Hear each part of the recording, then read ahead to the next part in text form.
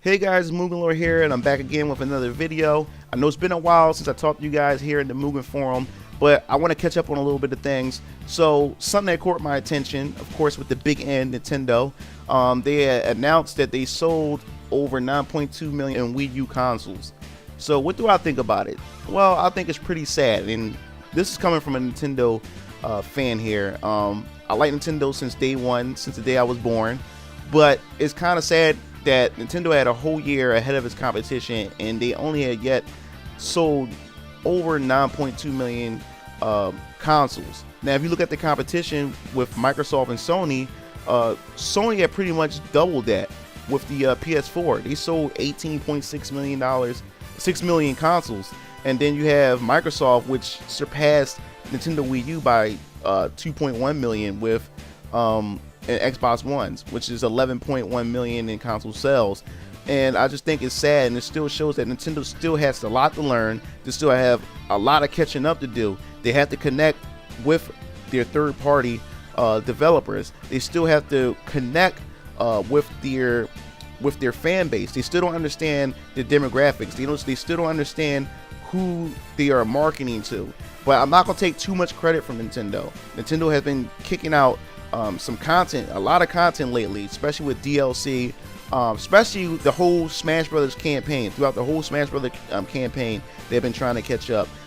They have showed that they understand that the competitive Smash Brothers scene play very hardcore with their different events, and now Nintendo has now been sponsoring different competitive events for the hardcore competitive Smash players. So that's a good thing. Even with the GameCube adapter and with the GameCube controller, they starting to show that they starting to really pay attention to their fan base in that perspective. And then the continuing support with their current existing titles such as Mario Kart 8 by having new DLC rolling out with the whole crossover of Animal Crossing and Legend of Zelda with Link crossing over to Mario Kart, and then also with the amiibos, you allowed to unlock different costumes depending on what amiibo that you put on your gamepad. So it's showing that they're starting to understand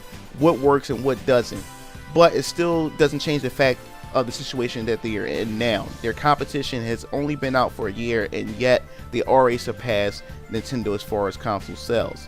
So Nintendo really has to pick up the pace.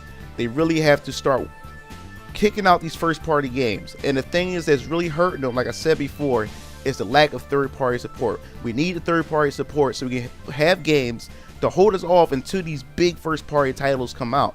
If Nintendo had came out the box with the Nintendo Wii U, if they came out the box with Pikmin 3, with Wonderful 101, with Super Mario 3D World, or Donkey Kong Tropical Freeze, if they came out the box near launch or during that Christmas block, Nintendo would have seen a lot as far as console sales in the beginning half of that year since they've been launched. And it goes to show that Nintendo still has to keep trying to develop the relationship with third party. They still have to connect with their demographics, and they still are focusing too strong on their Nintendo 3DS. And I know that you have to push, as a business, you want to push what works, but I still know Nintendo for their consoles. Most of my games and mostly all my money goes into their software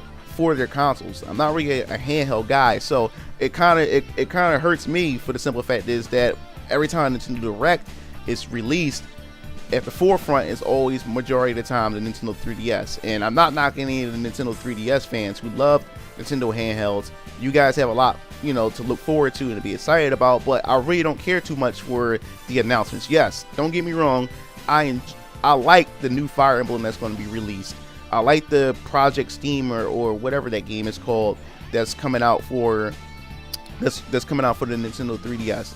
I like the fact that we're going to get Xenoblade Chronicles for the new 3DS. So I'm not knocking any of those, but what I want to see is those first party titles. What I want to see is some third party titles that I can be able to play on my Nintendo Wii U and also be able to play those blockbuster first party games. And Smash Brothers goes to show that even though Smash Brothers has sold enough, it still wasn't enough to push consoles.